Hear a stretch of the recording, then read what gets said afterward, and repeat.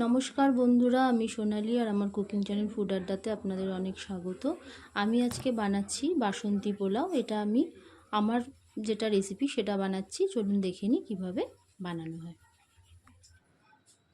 এখানে আমি 3 কাপ গোবিন্দভোগ চাল আমি 10 মিনিটের জন্য ভিজিয়ে রেখে তারপরে এরকম একটা ছিদ্রওয়ালা বাটিতে করে জলটা ঝরিয়ে নিয়েছি।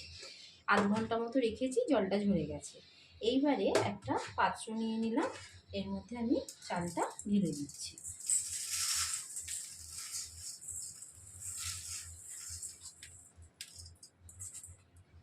জলটাকে এরকমভাবে ঝরিয়ে নেবেন, একটা ছিদ্র বাটিতে হোক, কাপড়ে হোক, ছাঁকনিতে হোক, যাতে করেই হোক জলটা ঝরিয়ে নেবেন। এবারে আমি এর মধ্যে একে একে হলুদ গুঁড়ো দিচ্ছি। হলুদ গুঁড়োটা দিচ্ছি রঙের জন্য। এখানে অনেকে ফুড কালার মেশায়, কিন্তু যেহেতু বাড়িতে করছি ওই জন্য হলুদ গুঁড়ো দিচ্ছি। আর দিয়ে দেবো 1 চামচ আদা বাটা।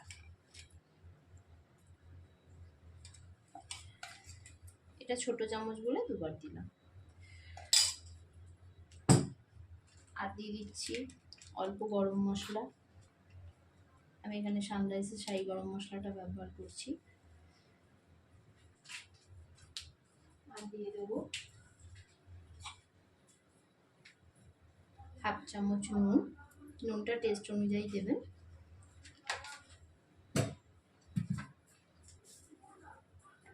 আর দেবো ঘি, দিয়ে দেবো আমি এখানে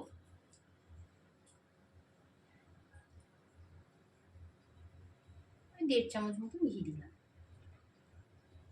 এবারে আমি এগুলোকে মিশ্রণটাকে ভালো করে মেখে নিচ্ছি।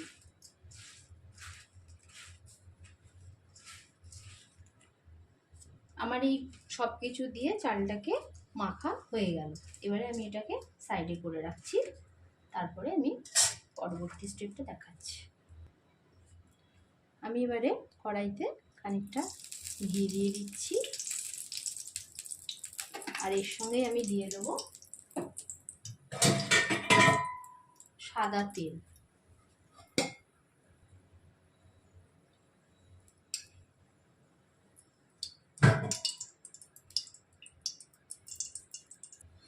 এবারে আমি এই ঘি আর তেলটাকে সামান্য একটু গরম করে, খুব বেশি গরম করব না, তাহলে কাজুটা পুড়ে যাবে। এবারে কয়েকটা কাজু আমি এর মধ্যে দিয়ে দিলাম, আর কয়েকটা কিশমিশ দিয়ে দিলাম।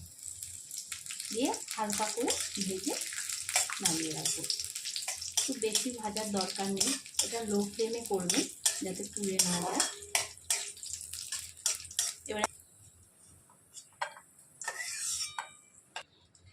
এবারে এরই মধ্যে আমি 2টো তেজপাতা, কয়েকটা দারচিনি আর কয়েকটা লবঙ্গ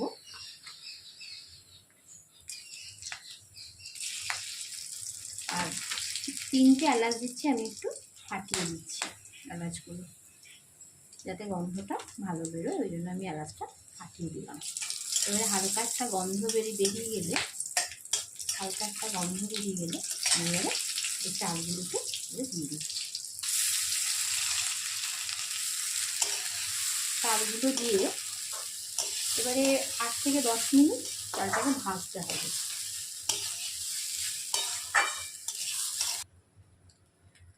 আমি এই বাটিটায় এখানে 3 কাপ চাল নিয়েছিলাম, সেই জন্য এর ডবল এখানে 6 কাপ, যেই কাপের আমি চাল নিয়েছিলাম সেই কাপেরই 6 কাপ জল আমি পাশে গরম হতে বসিয়ে দিচ্ছি। আমার চালটা ভাজা হলো, 5 মিনিট মতন ভাজলাম। এবারে আমি 2-3 চামচ চিনি দিয়ে দিচ্ছি, পরে আবার স্বাদ অনুযায়ী অ্যাড করব।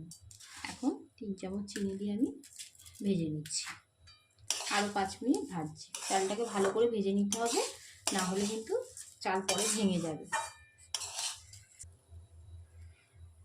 তো এটা ভাজা হয়ে এসছে 10 মিনিট। এবারে আমি এর মধ্যে এই গরম করে রাখা জলটা আমি এর মধ্যে ঢেলে দেব।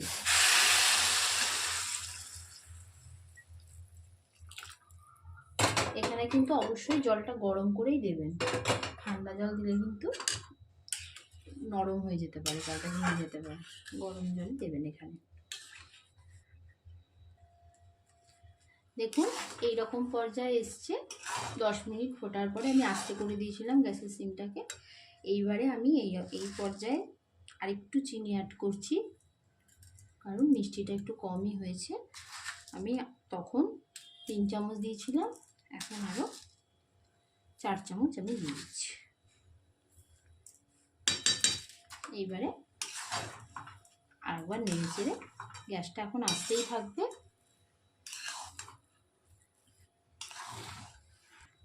আমি এবারে ভেজে রাখা কাজু কিশমিশগুলো এর মধ্যে মিশিয়ে দিচ্ছি। এটা হয়েই এসছে, কিন্তু একটু যে জলো ভাব আছে সেটা কাটানোর জন্য আমি এখানে কড়াইটা একটু নামিয়ে এরকম একটা গামলায় করে আমি জল বসাচ্ছি। এই জলটা ফুটে গেলে আমি এর উপরে কড়াইটা বসিয়ে দিচ্ছি। তার ফলে কি হবে, স্টিমে এটা আস্তে আস্তে জলটা টেনে নেবে। এইভাবে করবেন, দেখবেন পোলাওটা খুব ঝরঝরে হবে। জলটা ফুটবে আর এটা আস্তে আস্তে জলটা টেনে যাবে স্টিমে। দেখুন বন্ধুরা, এই যে জলটা এরকম ফুটছে, তার ফলে এটা কি হবে, কড়াইতে লেগে যাবে না নিচে, কারণ এর মধ্যে চিনি দেওয়া থাকে। তো এমনি যদি গ্যাসে বসিয়ে রাখেন তাহলে কিন্তু নিচে লেগে যেতে পারে।